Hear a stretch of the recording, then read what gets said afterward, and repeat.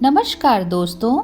युद्ध से पहले जैसे आप शत्रु को अपनी शक्ति दिखाकर डराने का प्रयास करते हैं, वैसा ही यहाँ भी हो रहा है। कौरवों की सेना ने जब शंखनाद किया था, तब पांडवों की सेना पर इसका कोई प्रतिकूल प्रभाव नहीं पड़ा। पांडवों को भगवान श्री कृष्ण का आश्रय प्राप्त था, इसलिए उन्हें अपनी सुरक्षा का पूरा भरोसा था। श्रीमद् भगवत गीता अध्याय 1 श्लोक 19।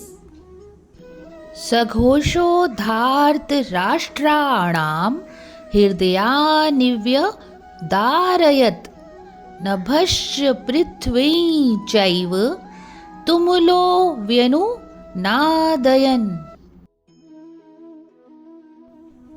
आइए श्लोक का अर्थ समझते हैं। संजय ने धृतराष्ट्र को कहा, हे धृतराष्ट्र, इन शंखों से उत्पन्न ध्वनि द्वारा आकाश और धरती के बीच हुई गर्जना ने आपके पुत्रों के हृदय को विदीर्ण कर दिया है।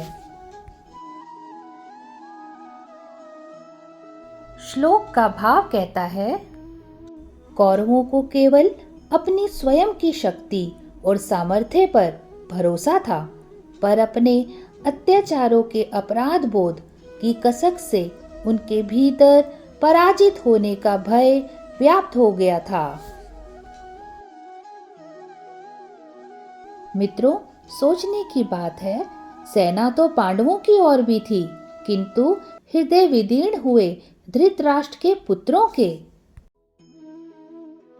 आपने पहले श्लोक में सुना, पांचजन्य, देवी शक्ति पर आधिपत्य, अनंत पर विजय, अशुभ का शमन, शुभ की घोषणा धारावाही होने लगे तो बहिर्मुखी प्रवृत्तियों का हृदय विदीर्ण हो जाएगा, उनके बल शनै शनै क्षीण होने लग जाएंगे।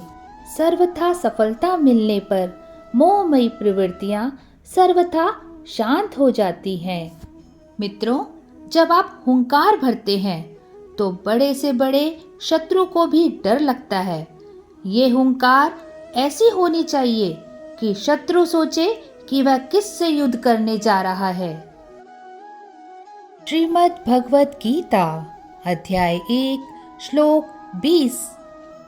अथ व्यवस्थितान् दृष्ट्वा धार्तराष्ट्रान् कपिध्वजः प्रवर्ते शस्त्र संपाते धनुरुद्यम्य पांडवः ऋषिकेशं तदा वाक्यम् इदमाह महीपते। आइए श्लोक का अर्थ समझते हैं। उस समय हनुमान के चिन्ह की ध्वजा लगे रथ पर आसीन पांडु पुत्र अर्जुन अपना धनुष उठाकर बाण चलाने के लिए उद्यत दिखाई दिए। हे राजन, आपके पुत्रों को अपने विरुद्ध व्यूह रचना में खड़े देखकर अर्जुन ने श्री कृष्ण से यह वचन कहे। आइए श्लोक का भाव समझते हैं। इस श्लोक में हनुमान से अंकित ध्वजा लगे रथ पर आसीन पांडुपुत्र अर्जुन अपना धनुष उठाकर तीर चलाने के लिए उद्यत हुए। हे राजन, धृतराष्ट्र के पुत्रों को व्यूह में खड़ा देखकर अर्जुन ने श्री कृष्ण से यह वचन कहे। कपिध्वज हनुमान का प्रतीक है। शत्रु का अनुमान लगाकर उसके अभिमान का हनन करना। आज के श्लोकों से अतुल्य सीख जो हमें मिलती है।